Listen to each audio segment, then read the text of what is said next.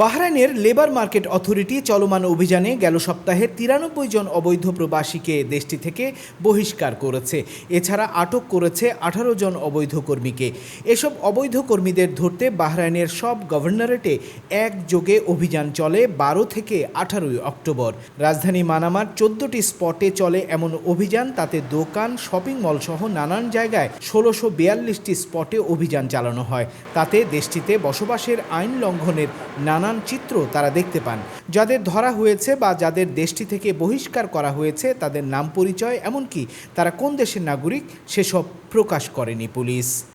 Saudi আরব গৃহকর্মী নিয়োগের ফি আদায়ে নিয়োগকর্তাদের নিষেধাজ্ঞা জারি করেছে।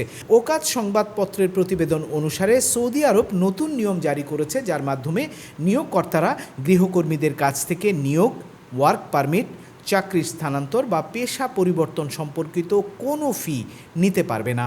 সৌদি গেজেট এই খবর দিয়েছে। নিয়ম লঙ্ঘনকারী নিয়োগকর্তাদের 20,000 রিয়াল পর্যন্ত জরিমানা এবং গৃহকর্মী নিয়োগের উপর 3 বছরের নিষেধাজ্ঞা আরোপ করা হবে এবং বারবার অপরাধ করলে কঠোর শাস্তির মুখোমুখি হতে হবে।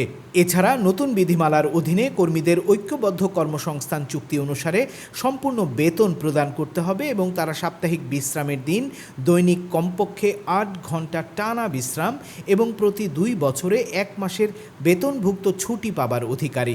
নতুন নিয়মের ফলে গৃহকর্মীরা ভালো আচরণ এবং তাদের উপযুক্ত কর্মপরিবেশ নিশ্চিত হবে বলে মনে করা হচ্ছে। কুয়েতে নাগরিক ও বাসিন্দাদের নিরাপত্তা রক্ষায় অভিযান জোরদার করেছে দেশটির আইন শৃঙ্খলা রক্ষাকারী বাহিনী। অভিযানে রেসিডেন্স পারমিট শেষ হয়ে গেছে এমন 91 জন প্রবাসীকে আটক করা হয়েছে। আরব টাইমস এই খবর দিয়েছে। তবে আটককৃত 91 জনের নাম, পরিচয় বা তারা কোন দেশের নাগরিক তা জানানো হয়নি। অভিযানে 37,263টি ট্রাফিক আইন লঙ্ঘনের রেকর্ড পেয়েছে পুলিশ। 24 জনকে পুলিশ ধরেছে যাদের যথাযথ কাগজ সাথে ছিল না। এমন অভিযান চলতে থাকায় দেশটিতে প্রবাসী বাংলাদেশিদের সতর্ক থাকার কারণ আছে।